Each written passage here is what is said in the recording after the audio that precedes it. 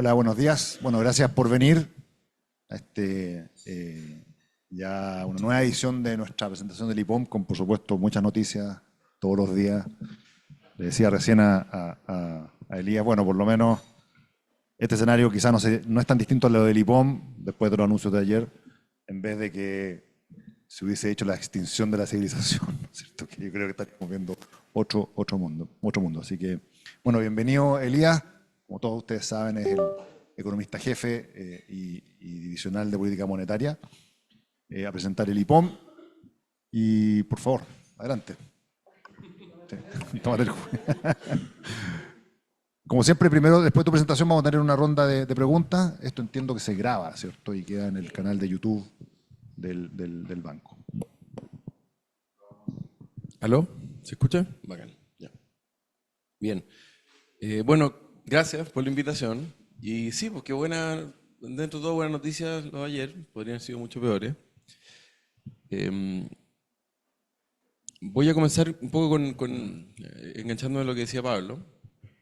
A ver, el principal desarrollo de este IPOM sin duda tiene que ver con el conflicto y en particular con el impacto que eso ha tenido en el precio de combustible, principalmente petróleo, pero también otros combustibles que han estado subiendo y ya está también alcanzando otras materias primas. Pero también tiene un componente asociado muy importante de incertidumbre, ¿cierto? De cuánto se extiende el conflicto, qué tan profundo llega a ser, y eventualmente qué implicancia empieza a tener ya para las expectativas de hogares, empresas, la demanda, etc. En lo más inmediato, la corrección, este tiene un par de correcciones, pero una importante es la inflación de corto plazo. Hoy día, de hecho, tuvimos el IPC, voy a hablar un poquito de eso, no lo tengo en la presentación, pero les puedo contar un poco los antecedentes preliminares que tenemos.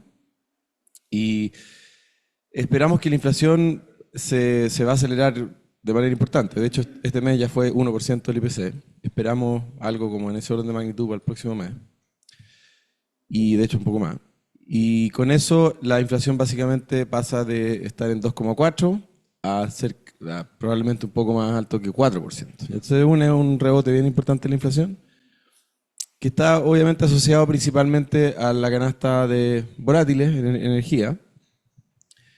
Y si efectivamente la guerra se mantiene como está, esperaremos que también que rebote después, ¿ya? Y que pueda ser algo más bien de corto plazo.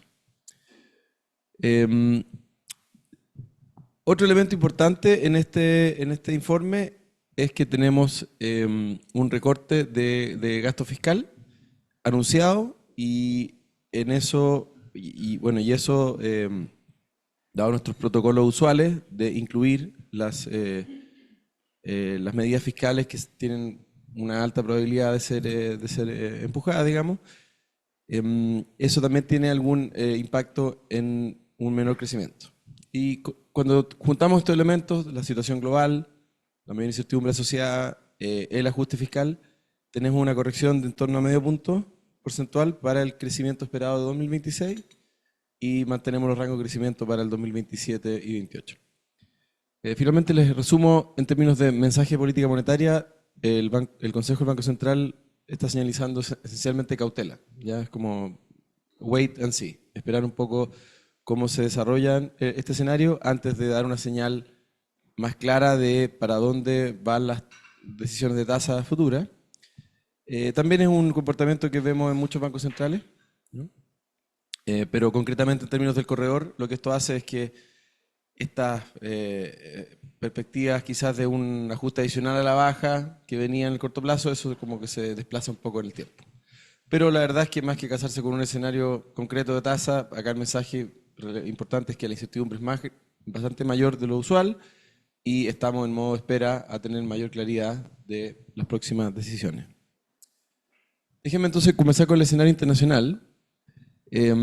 Bueno, ya de esto voy a ser muy breve acá porque lo tenemos ya clarísimo, yo creo, en términos de que lo más relevante de este conflicto ha sido el cierre del estrecho de Hormuz y el impacto directo que esto tiene en los embarques de petróleo, otros combustibles fósiles también, fertilizantes. Y la guerra es muy incierta, vemos todos los días declaraciones, no tenemos claro si va a escalar, va a desescalar. Ayer aparentemente hubo algo relativamente concreto en términos de que se aceptaron como punto de partida para las negociaciones los 10 puntos que presentó Irán como respuesta a este ultimátum que le dio Estados Unidos. Pareciera que hay alguna base ahí creíble, los mercados están reaccionando de manera bastante positiva, el petróleo también se ha reducido, pero de todas formas no vemos que esto se vaya a normalizar el precio del petróleo en lo inmediato, ¿ya? Ahora, lo bueno sí es que de alguna manera se vuelve a los precios que tenía como supuesto el escenario central del IPOM. Recordemos cuando salió el informe, esencialmente nosotros no tenemos un insight más allá de lo que tiene el mercado respecto a estos temas. Y entonces es razonable ocupar como un punto de partida lo que tienen los futuros. Y lo que tenían los futuros en ese momento era un precio spot en torno a $95 el barril y reducciones en los próximos meses. ¿Ya? Una curva con una pendiente negativa bastante marcada. Después de publicado el informe, la guerra se intensificó. Las perspectivas de la paz como que se veían más dudosas. Y eso hizo que el petróleo subiera hasta 20% por sobre lo que tenía el supuesto del escenario central. Entonces empezaba a aparecer más un escenario como alternativo. Y con lo de ayer, esencialmente el precio del petróleo, por lo menos hasta lo que está viendo los mercados, se vuelve a acercar a este supuesto del escenario central. ¿Ya? Así que creo que en ese sentido que ha habido mucha noticia a última hora. De alguna manera el escenario central de este POM sigue vigente. Solo les quiero llamar la atención sobre el gráfico que está a la derecha de esta lámina, que tiene un estudio de eventos comparando la línea azul, que es el actual, en términos del alza del precio del petróleo en términos porcentuales. El eje horizontal tiene los días después de iniciado el conflicto. Y fíjense que cuando uno compara con varios conflictos anteriores en Medio Oriente, esta alza de precio es la mayor que hemos tenido en la serie. La de las primeras semanas era como similar a la anterior, o sea, al conflicto previo que tuvo mayor impacto, pero ya con el pasar de las semanas, como que el precio del petróleo, de hecho, en vez de revertirse, como que siguió intensificándose, ¿ya? Entonces, es como bien relevante este conflicto, en ese sentido, al menos. Otro casualty de la guerra ha sido las condiciones financieras, que se habían mantenido bastante favorables durante el año pasado y sobre todo hacia fines del año 2025 y comienzos de este año tuvimos un mejoramiento adicional de las condiciones financieras, sobre todo a mercado emergente.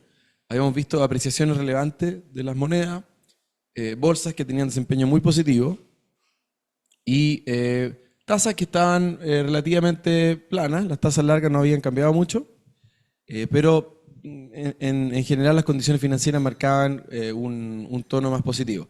Y obviamente la guerra revirtió eso, ¿ya? O sea, por un lado tenemos los impactos usuales de caída de las bolsas, de depreciación de moneda de mercado emergente. Lo que llama la atención es que las tasas largas, en vez de caer, como es usual en un episodio de risk-off, han subido, producto de la guerra. Y en trabajos previos que hemos presentado, de hecho en un paper de la conferencia hace un par de años atrás, hacíamos un poco este punto de que ante eventos de risk-off, en particular asociados a conflictos armados, las tasas del mundo, las tasas de largo plazo, están reaccionando en una dirección que no es lo usual, ¿ya? Y una posible razón es que hoy día los presupuestos fiscales están mucho más comprometidos y presionados que lo que estaban antes. No solamente los presupuestos, los niveles acumulados de deuda en el mundo hoy día son muy distintos. Entonces, cuando tenemos noticias negativas que elevan la incertidumbre, etcétera, están las fuerzas usuales de irse hacia activos más seguros, pero por otro lado, los activos que tradicionalmente eran seguros, como los bonos de largo plazo de los gobiernos, ya no son tan seguros, porque bueno, viene más gasto en guerra. Entonces, señales que aumentan la probabilidad de guerra y aumentan la probabilidad de gastar más, la verdad es que son malas noticias para los bonos. Y esto es importante porque los efectos riqueza de estos shocks son mucho más grandes que antes. Porque antes uno tiene pérdidas en las bolsas, pero tiene una compensación por el valor de la renta fija. Ahora no hay compensación en ninguna parte. Todos los activos básicamente sufren. No es verdad para todos los eventos risk-off, pero sí para los eventos risk-off asociados a conflicto. Y eso se ve de manera bien clara en este evento en particular. Obviamente eso se transmite a las tasas de todos los países, no solamente en Estados Unidos. Es importante sí recordar, para efectos de cuando le presenta el escenario, lo que tenemos de proyecciones de crecimiento de los socios comerciales, es importante recordar de que el año pasado terminó con sorpresas relevantes al alza, ¿ya? Y velocidades que se mantenían a principios de este año previo a la guerra. Eso implica que en ausencia de estos elementos negativos asociados a la guerra, las proyecciones de crecimiento nuestra y de otras contrapartes se hubieran corregido al alza en un monto no tan menor, ¿ya? Porque, por ejemplo, para Estados Unidos no teníamos ni el tercero ni el cuarto trimestre cuando se cerró el IPOM de diciembre, y ambos sorprendieron al alza. Entonces no solamente tiene un mejor punto de partida, las velocidades en el margen estaban siendo mayores. En la eurozona también hay de desempeño algo mejor, pero la sorpresa ahí no es tan importante. Pero como un todo, cuando uno mira Estados Unidos y mira otros países, se configuraba un escenario con mejores puntos de partida y algo de mayores velocidad en el margen, y eso hubiera llevado a corregir varios puntos base, yo diría un par de décimas al menos, el crecimiento de socios comerciales para el 2026. Entonces lo que está haciendo la guerra de alguna manera es revertir ese efecto. También en la situación inflacionaria inicial es importante de destacar. La inflación está en la meta en la eurozona, está algo por encima de la meta en Estados Unidos, pero en un contexto donde teníamos 2 meses de básicamente no tener datos en Estados Unidos por los cierres de gobierno.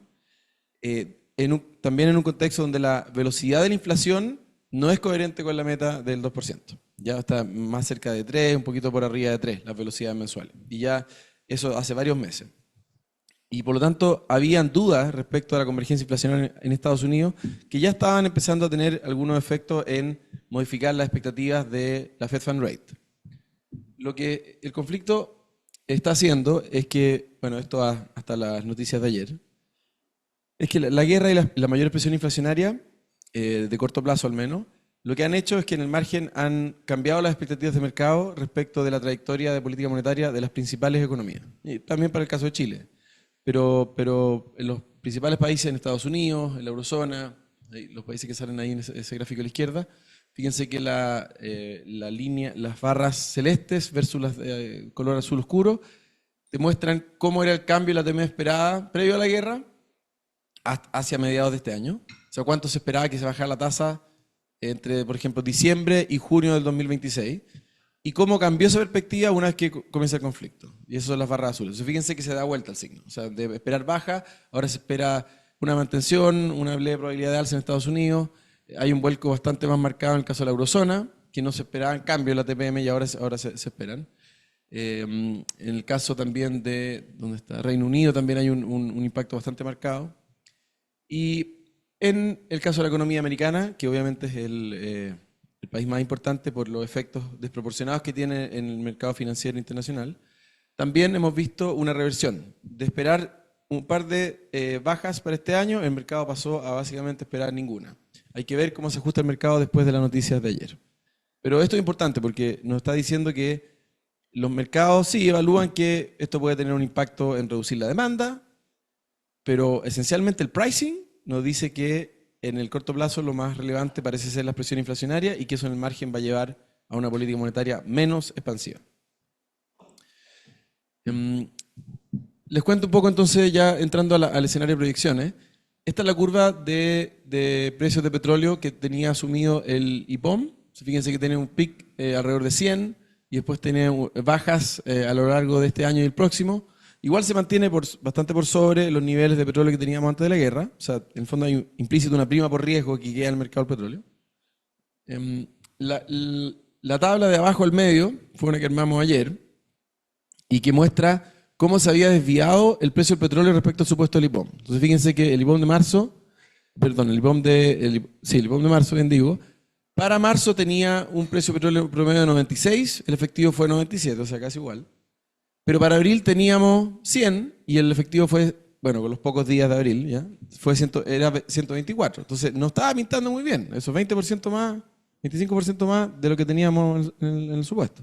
Entonces eso ya hubiera empezado a cambiar las proyecciones de inflación de corto plazo, ¿ya?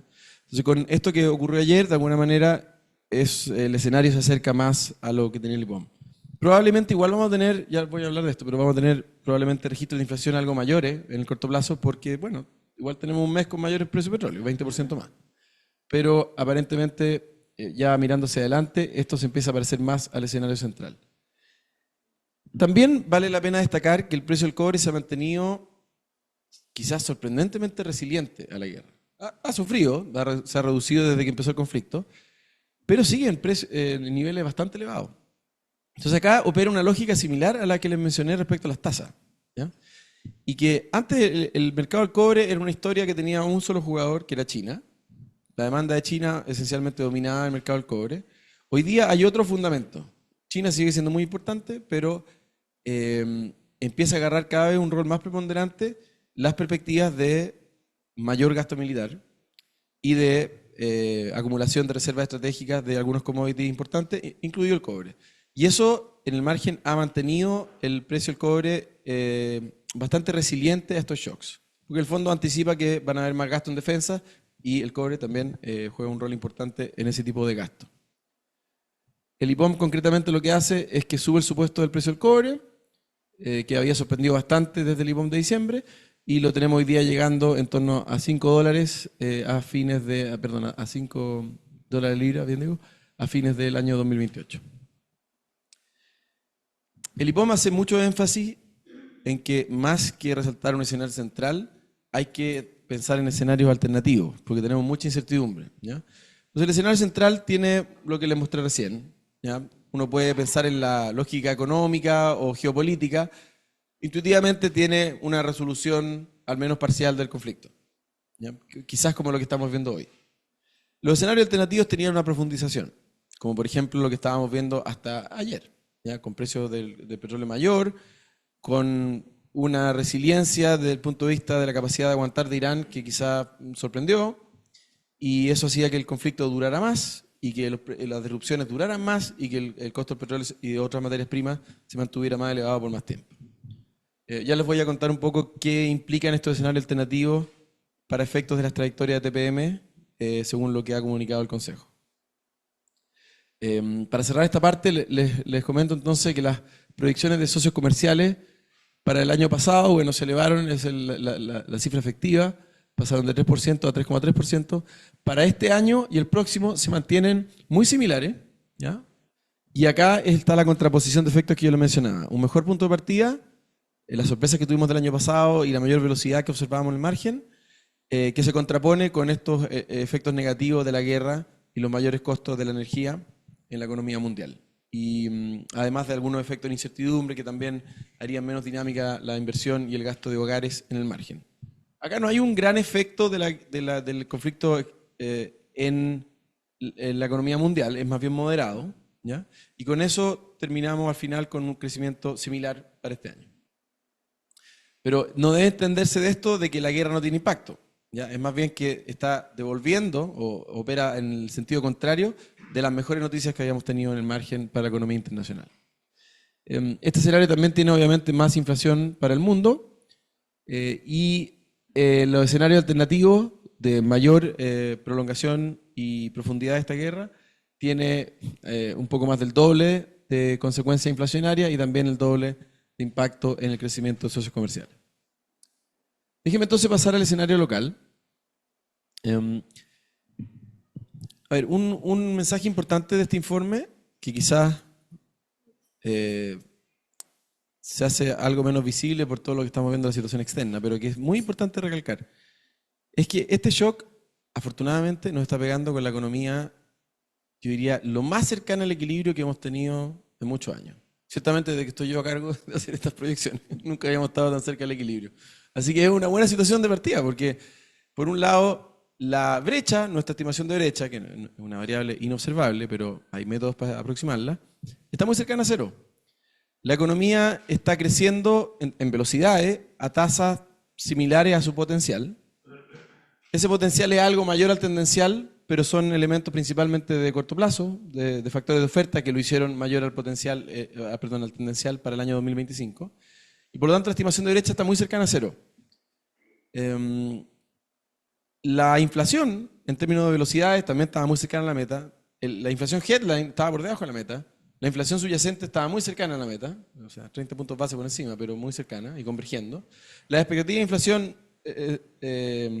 ancladas, consumo, inversión, bueno, la inversión creciendo un poco más porque está haciendo un catching up, pero básicamente la economía está en equilibrio, lo más cercano a equilibrio que uno se lo puede imaginar. Entonces, eso es una buena situación para lidiar con un shock como este. Comparen esa situación con tener la inflación en 14%. Viene un shock de esta magnitud, no hay duda, o sea, hay que subir las tasas, y hay que subir las tasas harto probablemente, porque la inflación se descontrola. Pero no estamos en esa situación. Estamos en una situación donde aún este shock se puede manejar dentro del marco de política monetaria porque tiene un impacto más bien transitorio, ¿ya? O al menos eso en el escenario central. Ya le voy a hablar un poco más de eso. En términos de los componentes de la demanda, vimos que el 2025 estuvo marcado por un repunte relevante de la inversión. Fuimos subiendo consistentemente la proyección desde valores cercanos al 3 hasta más cercano al 7% de expansión para la inversión. Eso nuevamente es un catching up de niveles bajos de inversión, pero sigue teniendo esta contraposición de la inversión en grandes proyectos versus la inversión en el resto de la economía, o sea, lo que excluye energía y minería, que ha sido bastante lenta la inversión en esos sectores. Pero como un todo, la inversión en Chile el año pasado repuntó. El consumo también tuvo un comienzo de año bastante dinámico, después fue normalizándose y hoy día está comportándose en el margen dentro de lo que se había pronosticado en el IPOM de diciembre. En términos de actividad y demanda, este IPOM no tiene grandes sorpresas con los datos efectivos. Aquí les doy un poquito más de detalles respecto a la formación bruta de capital fijo. Fue el componente maquinaria y equipo el que más se aceleró el año pasado. Estas son esencialmente las importaciones de maquinaria asociadas al sector de energía, mucha inversión en tecnología de almacenamiento de la energía que se genera, la energía renovable que se genera, y por supuesto una incidencia importante de la minería, en particular de la maquinaria y equipo utilizada en la minería. En el margen, la inversión, en línea con lo que se anticipaba, se está moderando su tasa de crecimiento, pero todavía sigue con tasa de crecimiento relevante, en torno al 1% de velocidad en el último trimestre del año pasado. Cuando miramos los fundamentos de la inversión, por ejemplo, las expectativas de empresa, esta ha mostrado una mejora bien notoria, sobre todo en la segunda parte del año pasado. Las condiciones financieras se habían mantenido muy favorables, como les mencioné antes. Algo lo revirtió la guerra, pero siguen siendo relativamente favorables. Y bueno, para la minería, el precio del cobre, el hecho de que esté tan resiliente, aunque esté enfrentando shocks relevantes en la economía mundial, también es un fundamento importante para la inversión en ese sector. Por lo tanto, los fundamentos para la inversión, al menos antes de la guerra, se veían bastante positivos, y con el shock de la guerra, más allá de algún apretón en condiciones financieras y una leve disminución en el precio del cobre, todavía siguen viéndose relativamente positivos. Otro antecedente de la inversión importante es el catastro. El catastro de bienes de la Corporación de Bienes de Capital tuvo sorpresas relevantes el año pasado. En el margen ha estado más bien en línea con lo que se anticipaba, pero de nuevo reafirma la visión de que vamos a tener una inversión todavía dinámica este año. Déjenme ya pasar al consumo. El consumo privado se expandió el 2025, el cuarto trimestre del año pasado, se expandió a tasa cercana al 3%, que en términos de velocidades fue casi 1% el trimestre, ¿ya? Pero en el margen lo que estamos viendo es una moderación de estas velocidades en línea con lo que se anticipaba. Entonces, como les decía, no vemos grandes sorpresas. Ahora, este es un desempeño positivo para el consumo y está apoyado en los principales fundamentos. Tuvimos también mejoras en las perspectivas de hogares. El mercado laboral, la lectura es un poco más, tiene algunos matices que hay que aclarar. La masa salarial está creciendo a tasas que son compatibles con esta expansión del consumo, ¿ya? Pero sigue siendo bastante sesgada hacia el crecimiento de salarios y no tanto el crecimiento del empleo. Los últimos trimestres móviles, de hecho, el empleo asalariado, o sea, el empleo en total, está creciendo a tasas cercanas a cero, incluso negativo en algunos trimestres móviles. Entonces, no es el crecimiento de la cantidad de gente empleada, sino más bien de salario, lo que sigue manteniendo la masa salarial a tasas de expansión compatibles con lo que vemos de crecimiento del consumo. Eso es lo que se muestra en esta lámina de acá. Déjenme ya pasar a la parte de inflación. Tuvimos un desempeño de la inflación algo menor a lo previsto en los meses previos. Eso hasta el dato, hasta antes de conocer el IPC de hoy en la mañana. O sea, hasta la inflación de febrero teníamos el margen sorpresa a la baja de la inflación. Pero esas sorpresas estaban esencialmente en el componente volátil, ¿ya? El componente subyacente de la inflación estuvo bastante en línea desde la previsión que hicimos en diciembre. Cuando tomamos una perspectiva un poquito más amplia, para no enfocarse solo en las sorpresas de los últimos meses, que es lo que muestra el gráfico de la derecha, fíjense que la evolución de la inflación desde principios del 2024, o sea, los últimos 2 años, ha estado esencialmente marcada por este aumento que tuvimos en las tarifas eléctricas. Esto se anticipó ya el IPOM de junio de 2024. Se hizo una proyección de que el efecto acumulado de esto iba a ser en torno a 1,5% de inflación mayor. El impacto efectivo fue muy parecido a eso. Y mantengamos en la memoria este ejemplo, porque creo que es un buen benchmark para contrastarlo con el escenario actual que estamos teniendo. No porque sea igual, ¿ya? Pero porque es útil evaluar en qué medida se parece y en qué medida no se parece, ¿ya? Pero concretamente esas alzas rezagadas del precio de la energía para clientes no regulados, que son básicamente los hogares, tuvo el impacto que se muestra en las barras amarillas. Entonces, básicamente todo el desvío de la inflación respecto a la meta, grosso modo, fue por este componente, ¿ya? El resto, la parte más subyacente del IPC y como más core, que te habla de qué tan importantes son las presiones inflacionarias que vienen del consumo, de la demanda, etcétera. Eso está controlado en torno a la meta. Déjenme pasar a las proyecciones. Como les comenté al principio, el rango de crecimiento para el 2026 se reduce. Aquí juega un rol importante, por un lado, las perspectivas más negativas del escenario externo. Ahora, no tenemos un cambio a la baja en el PIB de socios comerciales, pero recuerden que eso es porque teníamos un punto de partida bastante más positivo para socios comerciales. Ese punto de partida, en términos de actividad, no se ve en Chile. Chile estuvo en línea con lo que esperábamos. Entonces, lo que tenemos para Chile es, en el margen, un impulso más negativo del conflicto de la guerra en Medio Oriente. Sigue siendo moderado, pero en el margen es una fuerza que opera a la baja en la demanda, y eso además se suma a un segundo componente que también es relevante, que tiene que ver con el gasto público, ¿ya? Tenemos un anuncio de una rebaja del gasto que es cercana como a 1% del PIB respecto al informe de finanzas públicas del último gobierno. Y bueno, el Ministerio de Hacienda ha dado señales bastante claras de que pretende implementar esa rebaja. Así que eso es lo que tiene el escenario del IPOM. Y eso también incide en el margen a la baja. Cuando juntamos estas fuerzas, lo que tenemos es una reducción de en torno a medio punto porcentual para el rango de crecimiento del 2026.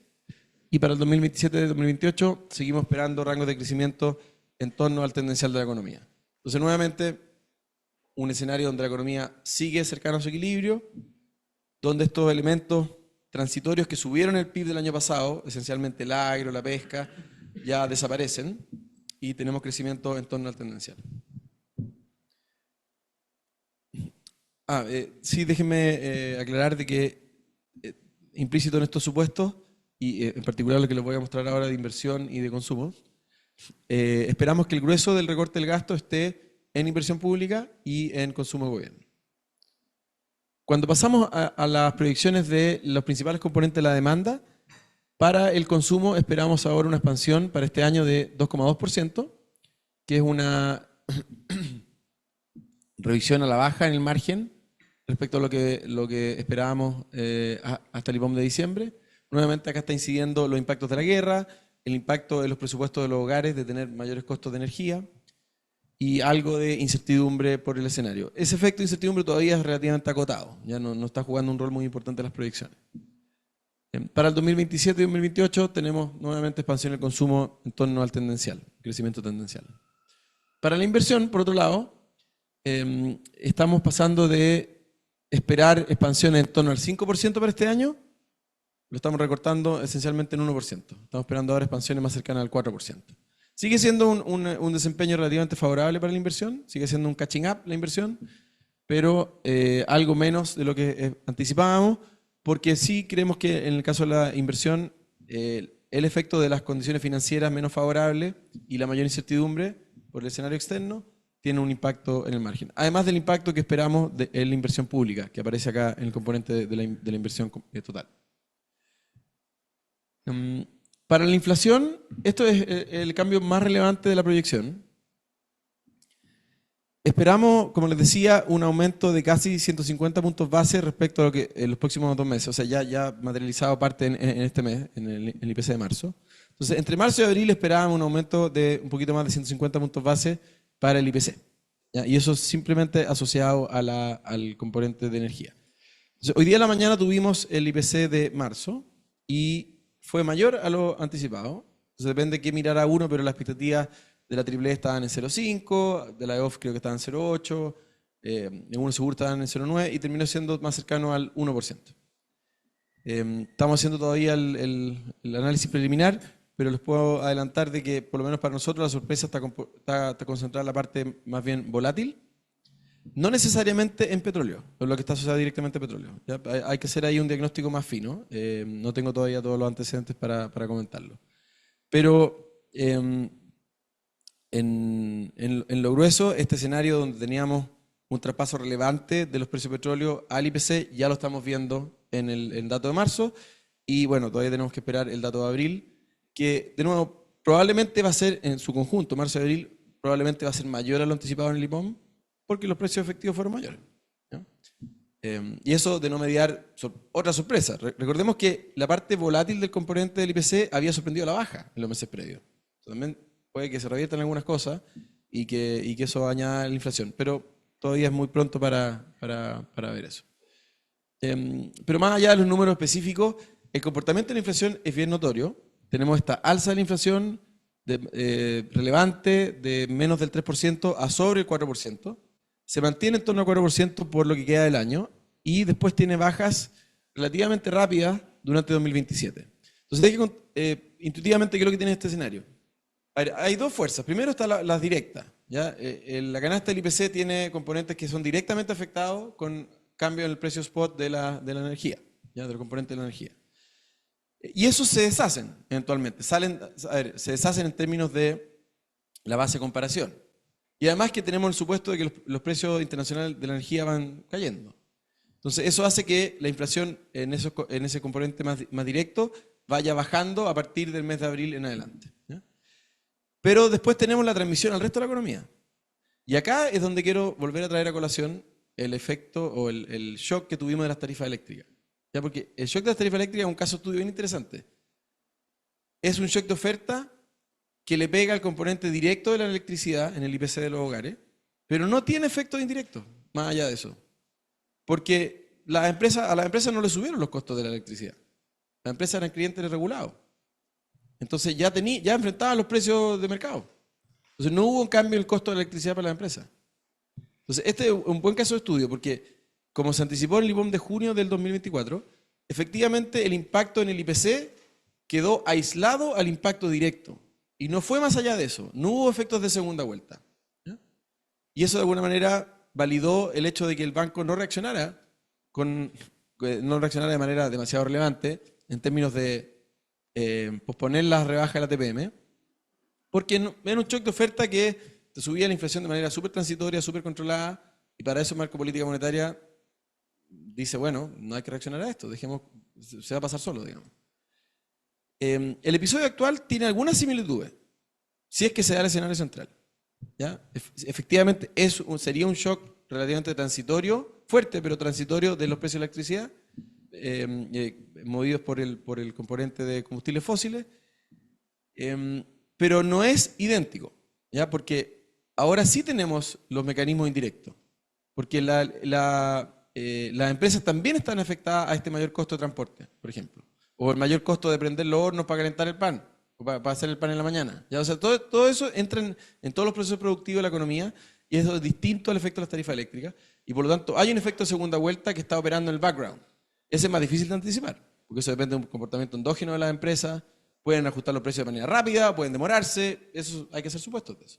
Los supuestos de TIPOM es que esa transmisión es en línea con las velocidades usuales. Y eso lo que hace es que los meses siguientes, por un lado tenemos el efecto directo que va desapareciendo la base, pero por otro lado tenemos el efecto indirecto de las empresas subiendo los costos y esas cosas como que de alguna manera van compensando un poquito y hace que la inflación perdure un poco más.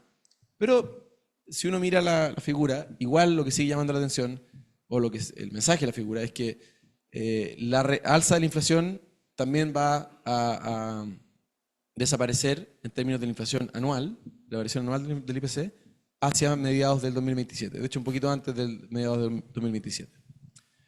La inflación subyacente también tiene un alza por este efecto que les decía yo de segunda vuelta, de que las empresas pasan a costo de los bienes, de servicios, etcétera, los costos de la energía, pero es bastante más acotado porque, bueno, no tiene el componente directo que les mencionaba.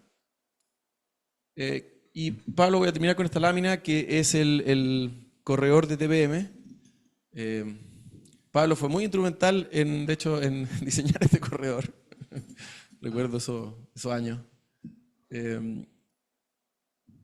Lo que hace este corredor, en general, el corredor de política monetaria del Banco Central, es que le da al mercado y a la ciudadanía una idea de cuál es el rango razonable donde pueda transitar la TPM en los próximos 2 años. Entonces, lo que resalta no es una trayectoria puntual, sino que un rango de trayectorias. Y ese rango está determinado, básicamente son funciones de redacción que el Consejo estima pertinentes de comunicar para escenarios alternativos al escenario central. Entonces la parte alta del corredor tiene un escenario, por ejemplo, de hecho déjenme comenzar con la parte baja. La parte baja del corredor tiene un escenario donde la incertidumbre asociada a la guerra y el apretón de condiciones financieras asociado a la guerra se amplificaban.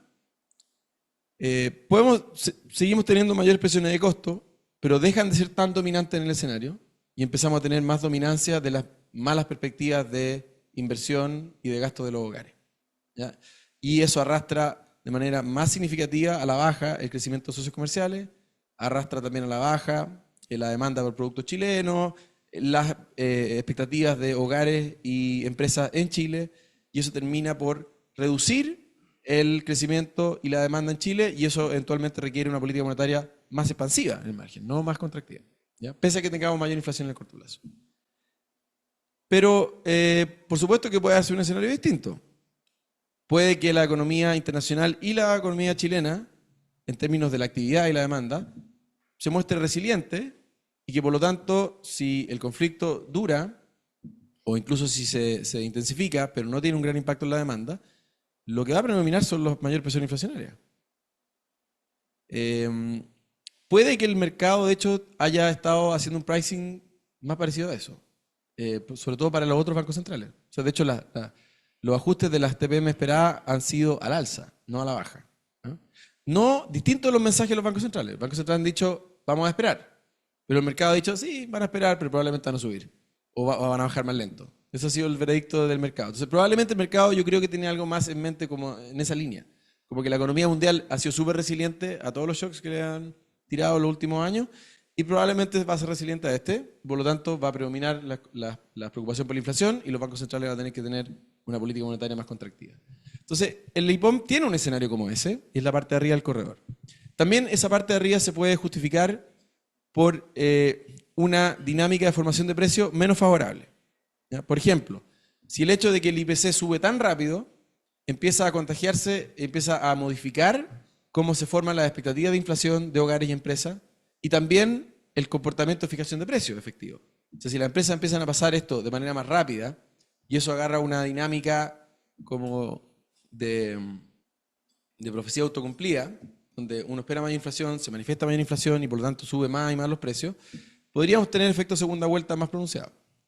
En ese caso, también el Consejo señala, de hecho hay una línea explícita en el resumen del IPOM de esto, que si ese fuera el caso, bueno, habría que aplicar una política monetaria más contractiva en el margen, ¿ya? Y no más expansiva. Esos son los bordes del corredor. El mercado se enfoca mucho en la parte central del corredor. Creo que es importante siempre remarcar metodológicamente cómo se hace esa parte central. Y lo voy a marcar acá con los dedos para que no haya duda, ¿ya? Me refiero a esta parte. El corredor no necesariamente simétrico, porque el corredor, los bordes, gracias. O sea que el otro no sé. Los bordes, ¿ven ahí? Estos son juicios de escenarios específicos que se evalúan. Esto es la parte comunicacional que el Consejo quiere entregar. Son escenarios que el Consejo calibra con supuestos que se discuten en esas reuniones. La parte central del corredor es mucho más mecánica. ¿Ya? Uno pone los supuestos del escenario central y aplica lo que llamamos una regla de Taylor, que es una función de reacción que por lo demás es la función de reacción histórica que ha tenido el Consejo del Banco Central de Chile, no el Consejo actual, necesariamente. ¿Ya? Porque uno necesita alguna metodología como para partir el escenario de proyecciones. ¿Ya? Y esa metodología lo que da es una trayectoria como la que muestra acá. Entonces fíjense que efectivamente eso tiene como una leve alza acá y después una normalización. Pero remarco, eso no es que el Consejo esté señalizando que lo más probable es que va a subir la tasa por un par de meses y después la va a bajar. Eso sería una política monetaria rara, francamente. Pero es lo que da aplicar este protocolo. ¿Ya? Y por lo tanto, en este IPOM, más que en otro, se remarca la importancia de realmente entender este instrumento comunicacional. ¿Ya? Lo que el Consejo quiere resaltar acá no es una trayectoria específica, ciertamente no es esta trayectoria central, porque de hecho tenemos bastante menos certeza de que se vaya a dar un escenario como ese que lo que usualmente tenemos. En otras palabras, los escenarios alternativos hoy día tienen más probabilidad que el escenario, en términos relativos de lo que usualmente tienen. ¿Ya? Y esa es la definición de mayor incertidumbre, básicamente. Los segundos momentos de la distribución son mayores. Así que yo pondría énfasis más bien en funciones de reacciones, función de reacción ante escenarios alternativos, más que un escenario central. Pero en lo inmediato, el Consejo sí ha destacado que ante la mayor incertidumbre, lo más prudente es simplemente esperar a tener más antecedentes de para dónde va la guerra, de cómo está afectando las condiciones financieras, las expectativas de hogares, de empresas, la inflación, y después de eso calibrar la reacción de política monetaria. Gracias. Bueno, muchas gracias, Elías, súper interesante. Para partir, déjame primero decir que el Central en esta vuelta creo que aportó, como se dice en chileno, la proverbial pelota al suelo, dada toda la batahola comunicacional que ha habido. Es muy interesante tener esta visión de mediano plazo, ponderando adecuadamente, preocupación con tranquilidad. Yo creo que eso es algo que siempre se valora. Déjame partir con dos preguntas. No son de inflación ni de tasa de interés, que yo creo que ustedes van a tener harta ganas de preguntar. Dos preguntas de supuestos que tú tienes en el informe y me gustaría que pudieras explayarte un poquito más. Los dos los mencionaste, pero creo que ameritan, dada su magnitud, un poquito más de reflexión. La primera es esta idea de que el PIB potencial, ¿cierto? Que ustedes muestran que el año 2025 creció 2,7%, el tendencial lo modificaron levemente al alza, y el argumento es que como son fenómenos de oferta, son como one-off en los niveles y no te cambian la tendencia. Pero eso es un supuesto, no es que los shocks de oferta sean one-off en productividad per se. No es como el shock de las tarifas o el petróleo, que en inflación es un one-off si la política monetaria es creíble. La duda es, ¿qué antecedentes tienen ustedes en mente para justamente hacer una ponderación relativamente pequeña de este efecto de productividad total de factores y de PIB potencial en el corto plazo que se disipa tan rápido hacia los próximos años? La segunda tiene que ver con el escenario fiscal. Un cálculo grueso, yo creo que se intuye de los escenarios del IPOM, que si no hubiésemos tenido la guerra y si no hubiese habido ajuste fiscal, uno podría pensar un crecimiento para este año 2026 2,8, ¿cierto? 2,9, o sea, no es difícil pensar un escenario entre 2,5 y 3 si es que no hubiese habido guerra, si es que no hubiese habido ajuste fiscal. Y con la guerra y con el ajuste fiscal, cada uno aporta a medio 0,4, 0,5, ¿cierto? Esto es puro cálculo de servilleta, y llegamos al 2. Entonces, la pregunta respecto al escenario fiscal es, esto es bastante inusitado, que haya un anuncio fiscal de recorte de gasto en torno a 1% del PIB con un multiplicador de 0,5, te da como el encuadre hacia un crecimiento de 2.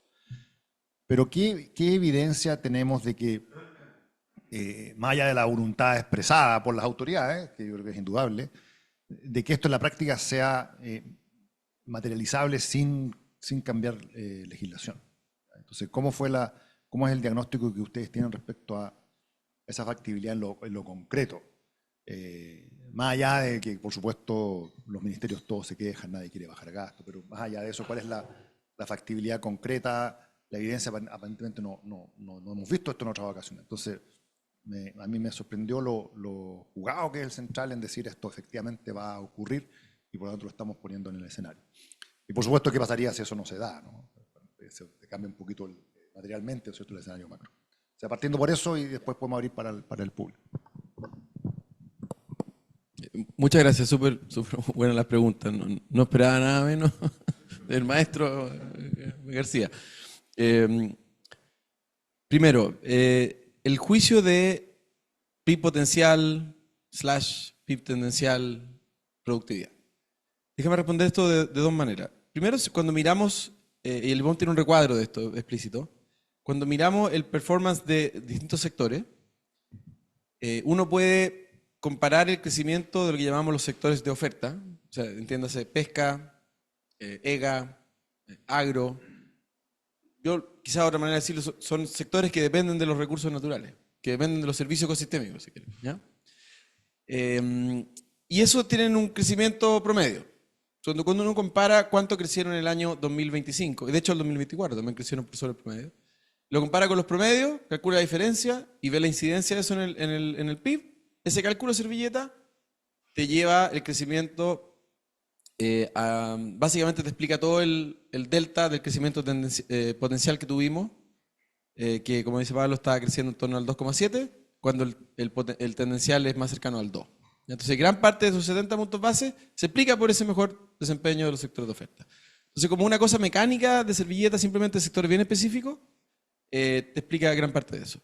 Tenemos además historias más o menos claras en esos sectores, o sea, tuvimos un desempeño muy bueno del agro el año 2024 y 2025 con las mayores plantaciones y exportaciones de cereza. Tuvimos también un año muy bueno para la pesca, hubo un movimiento de biomasa marina desde Perú hacia las costas chilenas. Y nosotros no esperamos que eso tenga mucha persistencia. De hecho, también les puedo adelantar, no hablé mucho de esto, pero los dos últimos IMASEC han sorprendido a la baja. Han sorprendido, y no poco, pero han sorprendido esencialmente en estos mismos sectores. Agricultura, pesca.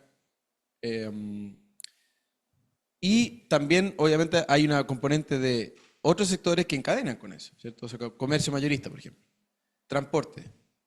La industria, que procesa los peces, etc. Esos sectores, por lo menos la parte que le podemos asociar en términos de su peso, que se encadenan con esos sectores más de oferta, también han sorprendido a la baja. Entonces, de alguna manera, creemos que esa reversión se está dando. Ha sido un poco más pronunciada de lo que anticipábamos. Pero al menos cualitativamente, esta idea de que van a desaparecer de shock de oferta, creo que se está verificando los datos. Ahora, hay una pregunta más profunda que asociada a la que tú me haces, un tema, una arista un poco más profunda, y es que cuando nos vamos de la visión sectorial y del cálculo servilleta y empezamos a analizar la evolución de la productividad a nivel de firma, que es algo que también hicimos en este IPOM, aunque no hicimos una actualización de los supuestos de crecimiento de la productividad. Les adelanto que esa es una publicación que va a salir este año, probablemente se va a publicar a principios del próximo año, pero es un reassessment de la dinámica de productividad a nivel de firma, ¿ya? Entonces les puedo adelantar un poco lo que estamos encontrando. Efectivamente, los últimos años, y esto también lo remarca el informe de la Comisión Nacional de Productividad, hemos visto un rebote en el crecimiento de la productividad total de factores. ¿Qué es lo que está detrás? Yo creo que todavía es muy temprano para tener una idea muy clara. Sabemos que esta serie es bastante volátil de un año a otro. Pero por otro lado, igual hay historias. Hay historias más económicas de fondo. Entonces voy a resaltar dos historias. Una historia es que hemos tenido un aumento de costos laborales relevantes por distintas razones, que se discutió mucho en el IPOM del año pasado. Y esto se da en un contexto donde la tecnología ha cambiado.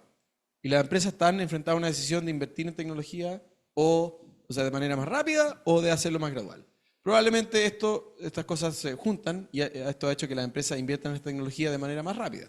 Entonces, sí, eso puede ser una fuerza que efectivamente esté explicando la mayor productividad. Porque no, el componente de la productividad es como mecánicamente es el aumento del valor agregado menos, digamos, el componente que se asocia a los factores de producción, ¿ya? Entonces, no es que tuviéramos un aumento del valor agregado, el PIB no ha sorprendido. a la alza. Lo que ha sorprendido al alza es que se está ocupando menos factores, en particular menos factor trabajo. Entonces, eso mecánicamente hace crecer la productividad. Pero ¿qué nos dice eso respecto a dinámicas futuras de la productividad? Eso es lo que no está tan claro todavía. Ahora, en el margen, yo creo que el comportamiento de productividad es algo más positivo y abre esta pregunta de que quizás lo que estamos viendo en las nuevas tecnologías que se están ocupando en muchos países, incluyendo Chile, la automatización, la inteligencia artificial, podría llevar a escenarios de mayor productividad futura. Pero creemos que es muy temprano todavía para hacer un juicio de ese tipo. Así que por eso, como mencionó Pablo, en este informe hay un leve aumento del crecimiento esperado tendencial, pero esencialmente tiene que ver con la fuerza de trabajo, no tiene nada que ver con la productividad. Y tiene que ver con la actualización del censo, que muestra que la población en edad de trabajar tuvo un aumento, o sea, se comportó más favorablemente a lo que se anticipaba. Eso. No es un efecto muy grande tampoco cuando uno va a hacer promedio de 5 años y nos sube una décima al alza el crecimiento tendencial. Por eso yo ni siquiera lo mencioné en la presentación, ya porque es una cosa realmente muy chica en el margen. Voy a la pregunta fiscal. A ver, los cálculos de servilleta que tú haces son más o menos lo que tenemos, en el sentido de que hay un ajuste de 1%, distintos multiplicadores que se pueden aplicar a eso, te dan una noción del impacto. Debo sí aclarar de que no hay una estimación única, porque tenemos distintos modelos de proyección y no todos los modelos dan el mismo impacto. Tampoco es el único elemento en el escenario, tenemos el escenario externo. Yo diría que las contribuciones son, al menos cualitativamente, similares, son como de orden de magnitud similar, y eso hace que reduzcamos la proyección de crecimiento. ¿Es inusual?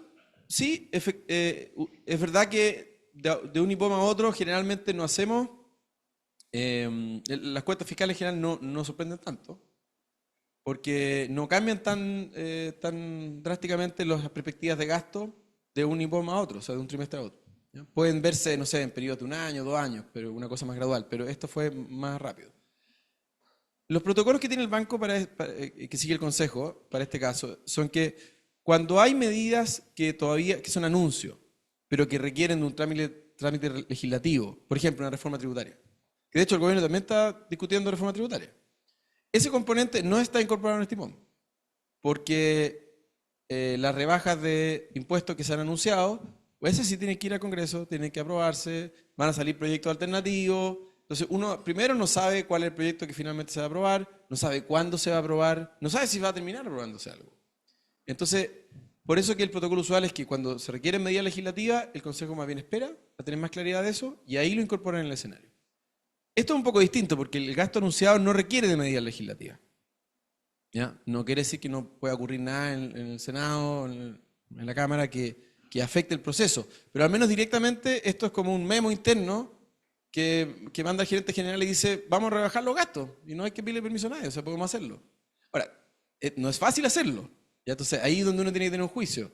¿Efectivamente son esa la magnitud de gastos que se va a aplicar o no? Yo creo que para efectos del Banco Central y la separación de poderes aquí y de independencia, yo creo que no es una buena política estar haciendo second guessing de lo que el gobierno dice que va a hacer. ¿Ya? Y por eso que nos parece que lo más limpio es simplemente poner lo que está ahí, teniendo cuidado de que los 3.800 millones que se anuncian, parte de eso ya está incorporado en el escenario. Entonces, esas calibraciones están implícitas en el IPOM. Pero si el gobierno dijo que iba a hacer eso, eso es lo que tenemos en el escenario. No estamos haciendo un second guessing de que no va a poder hacer eso o que se va a quedar corto. Ahora, esto es una percepción un poco más personal. Yo creo que lo que ocurrió con el MEPCO en la última par de semanas, en el margen, reafirma este escenario. Porque te dice que el gobierno está incurriendo un costo político no tan bajo y pretende aplicar este gasto fiscal. Entonces yo creo que por lo menos esto, en el margen, de nuevo, esto es una percepción un poco más personal, pero yo interpreto esta información como que este escenario está más firme que lo que teníamos antes de esos anuncios. Ahora, hay toda otra parte que no está incorporado y eso puede afectarse. ¿Ya? O sea, toda la parte del lado tributario, eso, tenemos cero de eso en el IPOM. O sea, la medida que hayan medidas que se pasen en el Congreso y que se apliquen dentro del horizonte de proyecciones, ciertamente va a afectar la proyección y eso no lo tenemos todavía. Gracias, Elia, súper claro. Preguntas. Francisco.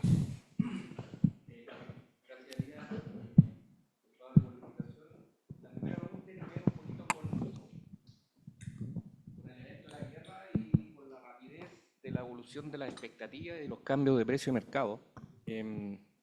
Y tomando como referencia el año pasado lo que ocurrió con las tarifas. Son dos eventos nada que ver, pero con las tarifas también ocurrió un cambio de expectativas grande, en Estados Unidos sobre todo, en donde podía haber incluso algunos decían recesión. Y lo que ocurrió en la realidad fue totalmente distinto. O sea, y ahí parto diciendo o refraseando algo que ya también se ha dicho acá respecto a la economía y su resiliencia. Que lo que hemos visto en el último tiempo es harta resiliencia de la economía a nivel global. Y tú partiste hablando de que Chile estaba en un punto de una economía bien en equilibrio, comparado con otros periodos donde no estamos, o sea, el más extremo después de la pandemia, que terminamos muy sobre el equilibrio, muy distinto ese equilibrio. Entonces hoy día lo que está diciendo los precios de mercado es que pareciera que la guerra se está acabando, ¿ya? Todo lo que vimos en su pic el 27 de marzo, que era que los bancos centrales en vez de bajar tasas de interés este año le iban a subir, eso desapareció completamente, el petróleo está cayendo 20%, el peso se está apreciando fuertemente. Entonces, claro, los mercados son volátiles, cambian la expectativa muy rápido, pero nos podemos ir rápidamente a un escenario no muy distinto al año pasado, en donde los efectos negativos de lo que en ese momento se pensaba que eran las tarifas se diluyeron y el año terminó siendo económicamente bastante mejor de lo que todo el mundo pensaba por este concepto de la resiliencia. Entonces mi pregunta va en esa línea con Chile, ¿ya? Chile, el año pasado, como no sé qué tanto tiempo, pero la inversión empezó a crecer más fuerte que el PIB, ¿ya? Creció 7%, el PIB algo cercano al 2,5%. Entonces, esa perspectiva de mayor inversión es algo que está metida o estaba metida en los agentes económicos. ¿Por qué? Porque uno lo veía en las conversaciones con las compañías, lo veía en los mismos... ustedes mismos también tienen un estudio en el Banco Central que muestra que cuando el IPSA empieza a tener rentabilidades más altas de lo que es en su normalidad, eso implícitamente es un signaling de que vienen momentos mejores. No sé si equivocadamente o muy optimistamente, pero el IPSA había capturado algo de eso. Entonces vino este evento, echó para atrás toda esa expectativa, el peso se nos apreció de manera muy violenta. Entonces, si esto se acaba rápido, estoy tratando de salir de los escenarios que tú planteaste, pero en uno quizá un poquito más optimista o más, que esto se acaba rápido y que al final esto fue un evento de una sola vez, que estuvo bien marcado en marzo. Obviamente el petróleo quizás va a quedar más arriba, pero todos los otros factores evolucionan hacia un lado mucho más dinámico y positivo de lo que, sobre todo la inversión. ¿Cómo ves ahí tú la trayectoria de la inflación si es que se da ese escenario de que el peso se sigue apreciando, que el cobre se sigue fortaleciendo, porque el mundo, como tú bien lo dijiste, está necesitando más inversión, no solamente en temas de defensa, sino que en muchísimos ámbitos? Entonces, por un lado se sigue fortaleciendo el cobre, por otro lado se sigue dinamizando la inversión, el tipo de cambio tiende a tener una evolución más apreciativa que depreciativa, la inflación sigue un poco la tendencia que había mostrado en el último tiempo.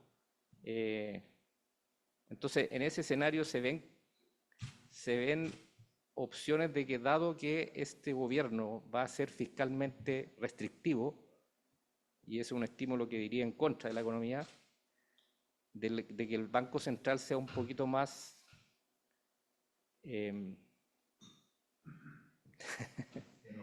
menos restrictivo. Esa es la pregunta. Gracias, Francisco.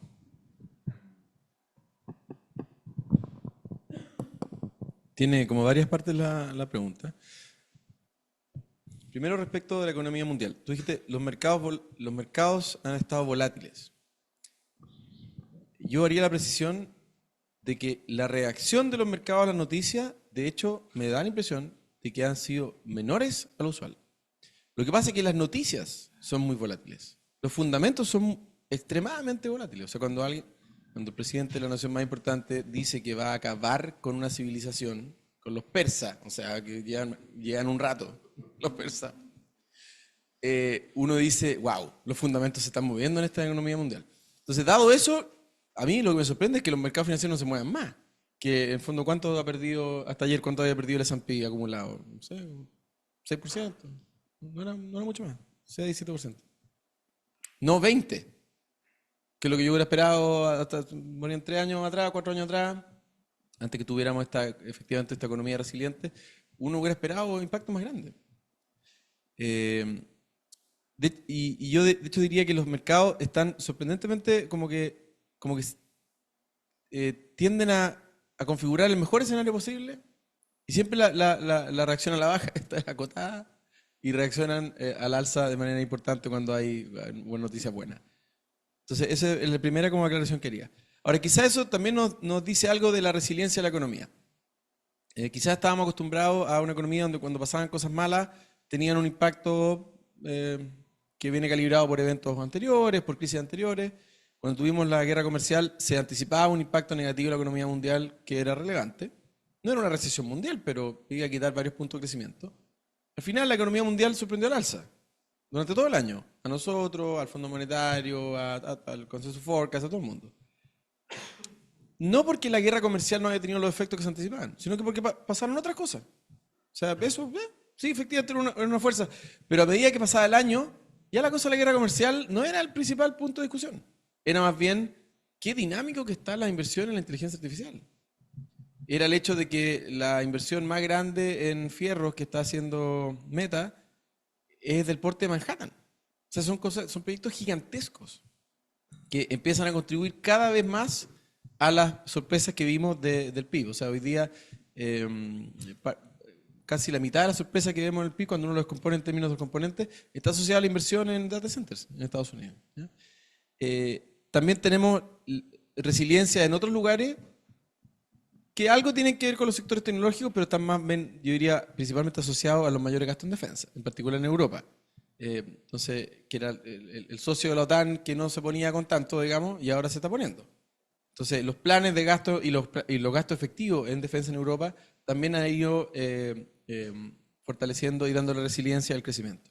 Entonces, eso es lo primero. ¿Ya? Creo que eso explica la resiliencia de la economía. No es que no hubo los impactos esperados respecto de una noticia mala, después de la negativa y después de la guerra comercial, sino que aparecieron cosas que quizás no teníamos en el radar. Pero bueno, esa es la definición de resiliencia. Uno tiene como distintos factores que al final aparecen y el crecimiento no depende solamente de uno. Para el caso de Chile, esta con la segunda parte de la pregunta, yo todavía no descartaría que la guerra puede tener un impacto. Porque de nuevo, los fundamentos son extremadamente buenos. Está bien, llegaron a ese punto. No creo que sea probable, pero tampoco puedo descartar que al final del día alguien diga, oye, nosotros no hemos mandado nada. Eso lo dijo Trump. Eso ha pasado antes. Trump dice una cosa y no sé si es verdad o no, pero desde mentira por la otra contraparte, que puede ser una estrategia de guerra o puede ser la verdad, ¿quién sabe? Entonces yo todavía no descartaría que podamos tener un escenario movido un rato más.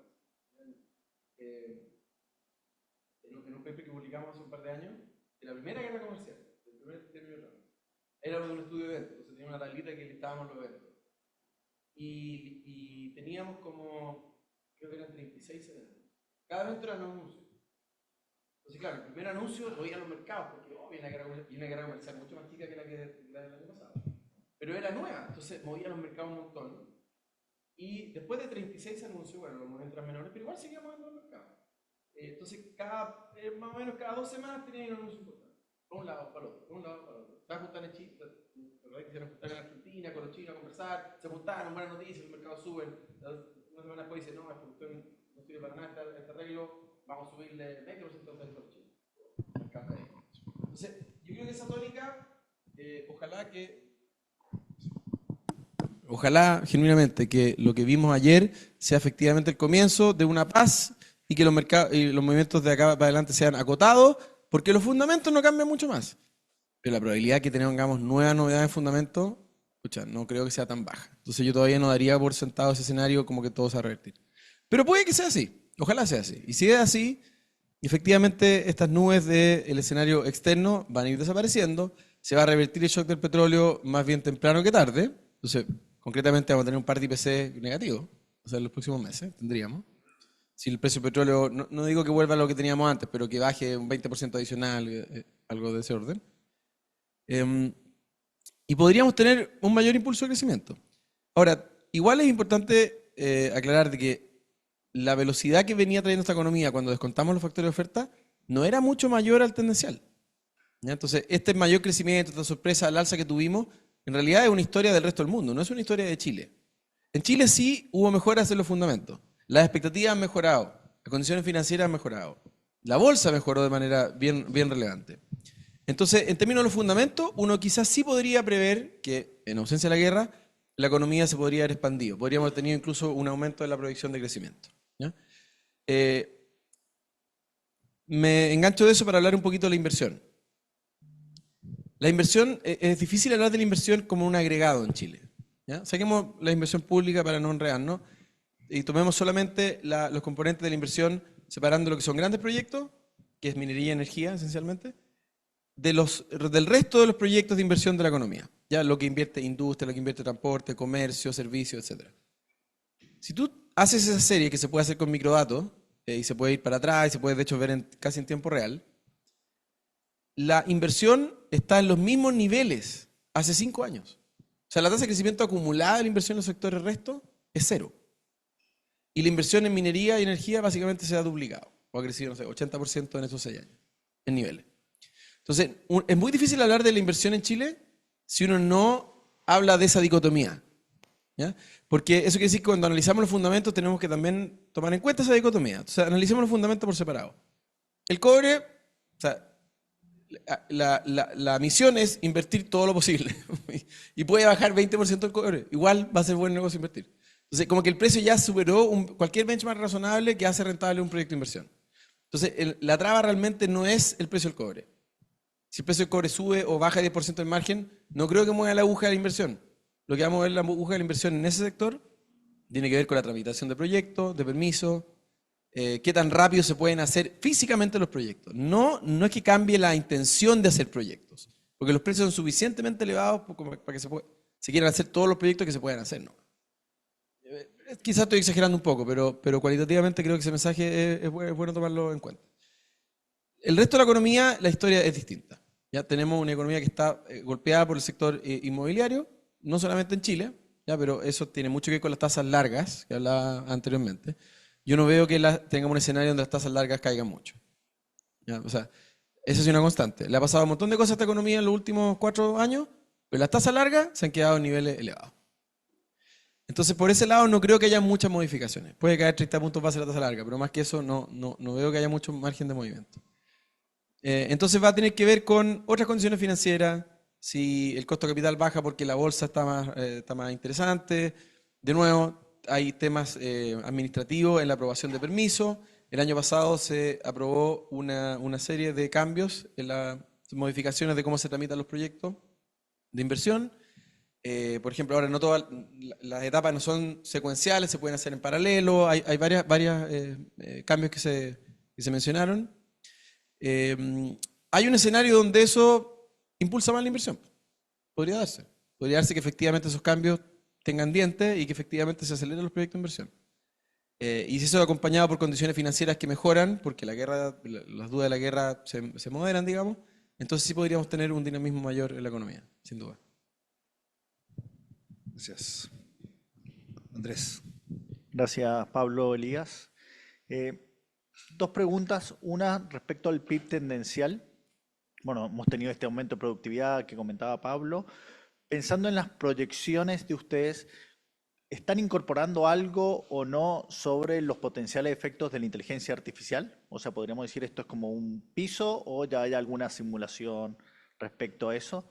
Y la segunda tiene que ver sobre el supuesto, dado los anuncios del ajuste fiscal, ¿cuánto es la importancia que tiene ese ajuste en las proyecciones que tiene el IPOM, pensando en que se acerca un nuevo informe de finanzas públicas y si bien el gobierno ha anunciado este ajuste de 3.500, también ha estado dando señales que existen gastos que se pueden haber arrastrados que no estaban incorporados, que en parte podrían compensar parte de ese ajuste. O sea, al final tengamos un ajuste de 3.500 por un lado, pero mayor gasto por otro, para ir anticipando al mercado, una vez que tengamos esa nueva información, cómo podría impactar esto en la actividad.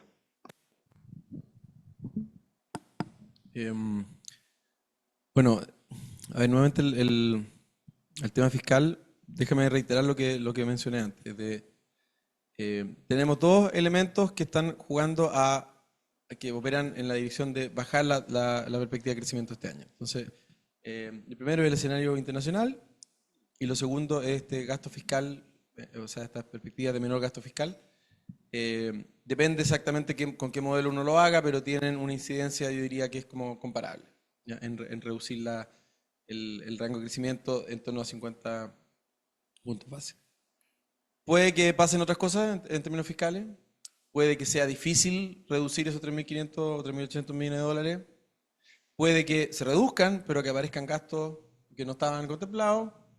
Nosotros no tenemos mayor antecedentes de eso y no, de nuevo no vamos a estar haciendo second guessing y a medida que aparezca esa información haremos el ajuste. Déjame ir a la primera pregunta que hiciste respecto de la productividad. Yo creo que lo que estamos viendo, la mezcla de que en el margen estamos viendo mayores niveles de productividad en los últimos par de años y que hay historias como creíbles, económicas, que hacen sentido de que hay nuevas tecnologías cuya implementación podría elevar la productividad de manera más marcada, hacen razonable que uno como que entretenga escenarios alternativos de crecimiento de productividad. Por ejemplo, escenarios donde la adopción de estas tecnologías es más rápida, tiene un impacto más rápido en los procesos productivos, efectivamente la productividad total de factores aumenta. Yo creo que eso, de todas maneras, la próxima vez que hagamos un update de parámetros estructurales, es un tema que vamos a estudiar. De hecho, es un tema que se está estudiando actualmente en la serie económico-financiera que estamos haciendo este año, que se va a publicar a principios del próximo año, que de nuevo hace una revisión de lo determinante de la productividad. Primero hace un accounting de cuánto la productividad es por crecimiento de eficiencia dentro de la empresa, cuánto viene por la redistribución de factores productivos entre empresas, y hace doble clics a cada uno de esos elementos. Lo relaciona con inversión, lo relaciona con la adopción de inteligencia artificial, etc. Entonces, vamos a tener harta más carne para dar en esa conversación, pero eso está en proceso, no tenemos un juicio hoy día. Pero igual, una vez que eso esté terminado ese análisis, igual yo no aventuraría a cambiar la proyección puntual que damos a la productividad total de factores hasta no tener más datos de que eso se sostiene en el tiempo, porque recordemos que la productividad total de factores es extremadamente volátil, ¿ya? En los macrodatos, en los microdatos. Entonces, hasta ver que una tendencia internacional tan importante como esta se está implementando en Chile y está cambiando la dinámica productiva, yo creo que requiere todavía tener más información, tener un par de observaciones más que te den más seguridad en ese juicio.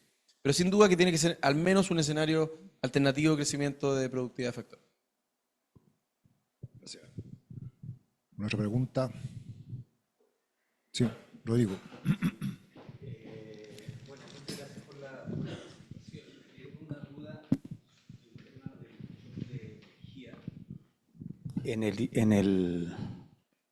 En la inflación que tú mencionaste, mostraste el gráfico ahí de que no había transmisión al resto de los precios. Sí, estoy interpretando correctamente. No, o sea, no, hay transmisión, Hay transmisión. pero es más acotado. Eso se puede ver en el IPC subyacente, que sí esperamos un alza, pero más acotada, ¿ya? No, sí, no, eso lo entendí. Pero refiriéndome al caso histórico, perdón, al de las tarifas eléctricas. Ah, ya, sí, sí. Y ahí mi pregunta es si esa era la interpretación de que era un shock de oferta puro, digamos, y no iba a haber transmisión al resto de los precios. Me parece que igual la reacción de política fue parar el ritmo de la convergencia de la tasa al nivel neutral. Entonces hay como una pregunta como de dos caras, digamos. Una es si hubo tal reacción en esa dirección, y la otra cara, la misma pregunta es si hubo reacción, si hubo esa reacción, digamos, en qué grado fue esa reacción la que impidió que se transmitieran los precios al resto de la economía, digamos. Si eso fue influyente. Te agradezco esa pregunta porque es importante aclarar esa parte. Yo efectivamente dije que este tipo de shocks, cuando son de esas características, como tan libro de texto de que es un shock de oferta que uno puede anticipar que los efectos de segunda vuelta son muy acotados, justamente porque no afectan la estructura de costos más profunda de la economía, afectan la boleta que le llega a los hogares, ¿ya? Pero no afectan los costos de la empresa. Yo mencioné de que eso no requería una respuesta política monetaria y por lo tanto la política monetaria acomodó ese shock de oferta. Pero es verdad que cuando ocurrió eso, los corredores de tasa empezaron a descontar una política monetaria que en el margen aplazaba algo las reducciones de tasa. O sea, nunca hablamos de subir la tasa, recordemos que venía bajando la tasa. Simplemente dijimos, o sea, el Consejo señaló que se iba a demorar un poco más en el margen. Y acá es importante hacer la distinción entre la TPM nominal y la TPM real, ¿ya? Porque si tenemos un aumento de la inflación en promedio un poquito más de 1% por un periodo un poquito más de un año, bueno, si uno aplica la misma TPM nominal, la verdad es que está imprimiendo un impulso mayor en términos reales a la economía. Si es que creemos que los impactos al final vienen mediados por las tasas reales, no las tasas nominales. Entonces, en ese sentido, si uno no hace nada con la TPM, y yo le pregunto al modelo de proyección qué pasa, lo que estamos haciendo es que estamos dándole el mayor estímulo a la economía. Entonces, no solamente no estamos reaccionando de manera contractiva, sino que estamos además expandiendo la economía frente a este shock. Entonces, eso no es lo que recomienda hacer el escenario, porque, bueno, la economía sigue su trayectoria de normalización, viene un shock de una vez, lo vamos a acomodar. ¿Qué significa acomodar? Dar un estímulo monetario en términos reales que sea similar, ¿no? Y por eso que en el margen, efectivamente, la TPM nominal, las perspectivas fueron algo mayores. Entonces, dado que la reacción en términos de TPM real fue mantener esencialmente la TPM real, no creemos que la acción de política monetaria tuvo una influencia muy importante en mediar este shock. O sea, este shock no se traspasó más allá de la inflación, simplemente por el hecho de que, a ver, fue un shock relevante y yo creo que sí afectó las expectativas de hogares, pero al final del día el proceso más fundamental de fijación de precios, que son los costos de las empresas, eso no se había afectado en absoluto. Entonces, no vimos esos efectos de segunda vuelta. Los efectos de segunda vuelta son los tradicionales, que cuando uno tiene un IPC más grande, hay precios que se indexan a ese IPC, pero eso tiene elasticidades que uno puede calcular y la verdad que no tuvimos sorpresa en ese sentido. Gracias, Elías. Tenemos tiempo para una pregunta. Don Luis, muy breve. Gracias por la presentación. Una duda. Cuando tú presentaste, Elías, este corredor de tasas y se planteaba que existe un corredor que es la parte baja de la proyección de tasas que podría obedecer a un escenario, por ejemplo, donde los efectos contractivos predominen de la actividad. Concretamente, ¿en qué rangos de crecimiento están pensando para ese tipo de escenarios para que llegue a una reducción del 3 al 3%, por ejemplo? Eso es una súper buena pregunta y agradezco la oportunidad de aclarar este punto. Cuando yo les mostraba los bordes del corredor y les decía, estos son escenarios específicos, juiciosos, que el Consejo calibra para mostrar la política monetaria en escenario alternativo.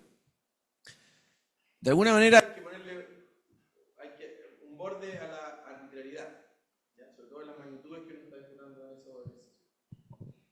Y acá el rule of thumb que seguimos es que aproximadamente el impacto en el PIB asociado a la parte baja del corredor o a la parte alta del corredor sea compatible con los bordes del rango de crecimiento. Entonces, el rango de crecimiento es de amplitud de 100 puntos base, más o menos, no quería ser exacto, pero de eso es magnitud.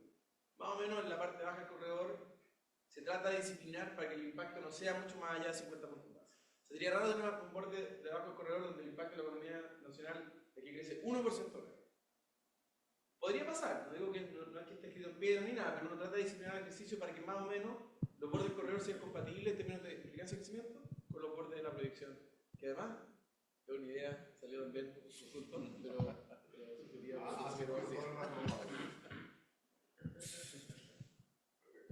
Muchas gracias. Ok, con eso estamos a la hora. Gracias por la asistencia, gracias a Elías por la excelente disposición y el candor, como se dice, en responder preguntas difíciles. Y todos muy bienvenidos para la próxima ocasión en que tengamos presentación de informes del Banco Central. Muchas gracias.